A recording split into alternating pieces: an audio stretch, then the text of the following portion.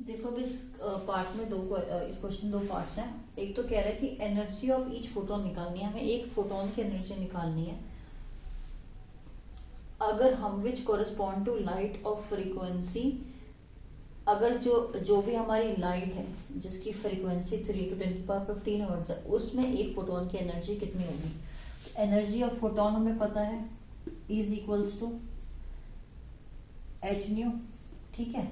तो एच कितना होता है 6.6 × 10⁻34 जूल सेकेंड, इनटू में कितनी फ्रीक्वेंसी पे निकालनी है फोटोन की एनर्जी 3 × 10⁻15 हर्ट्ज क्या होता है पर सेकेंड, तो सेकेंड नीचे आ जाएगा, सेकेंड से सेकेंड कट गया, ये आ गया 19.8 × 10⁻,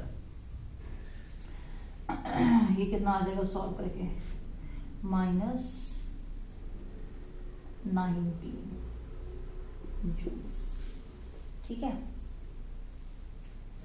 अगला क्या है वेवलेंथ निकाल, अगर वेवलेंथ इतनी है तो एनर्जी कितनी होगी, तो हमें पता है E का फॉर्मूला वेवलेंथ की टर्म्स में क्या हो जाएगा E is equals to hc/λ, simple वही कर देंगे -34 जूल सेकेंड ऊपर आता है दिन के साथ, इंटू 3 × 10⁸ मीटर पर सेकेंड, ठीक है।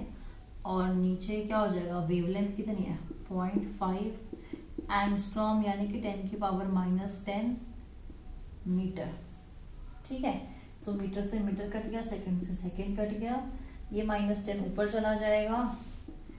अब देखो जब अब ना तुम एग्जाम में 6.6 को 3 से मल्टीप्लाई करने मत बैठ जाना, ये तुम्हें रटा हुआ होना चाहिए कि 6.6 × 3 होता है 9.8, 0.5 है, 0.5 को एज इट इज लिख दो, यहाँ पे ये आंसर जूल में आया, हाँ लिखा हुआ, ठीक है। और ये इसकी पावर सॉल्व कर लो, -34 + 10 + 8, 10 और 8 क्या हो गया 18, जिसको मैंने 18 लिख दिया, -34 और 18, तो ये हो जाएगा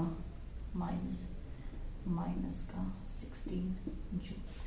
इसको सॉल्व कर लेना, 0.5 में इसका पॉइंट भी अगर ऊपर चला जाएगा, 198 किसके अप्रॉक्स हो गया 200 के अप्रॉक्स हो गया, तो इसको अगर 20 ले लें, ये 5 इंटू में इसका 10 ऊपर चला गया, इंटू में 10⁻16 जूल, तो ये आ जाएगा 4 ×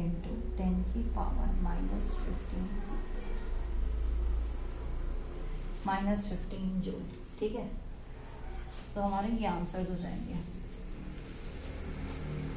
बिल्कुल सिंपल क्वेश्चन था, एग्जाम में ये ध्यान रखना है कि 6.6 × 3 तुम्हें रटा हुआ होना चाहिए ताकि तुम ये कैलकुलेट करने ना बैठो। Next question.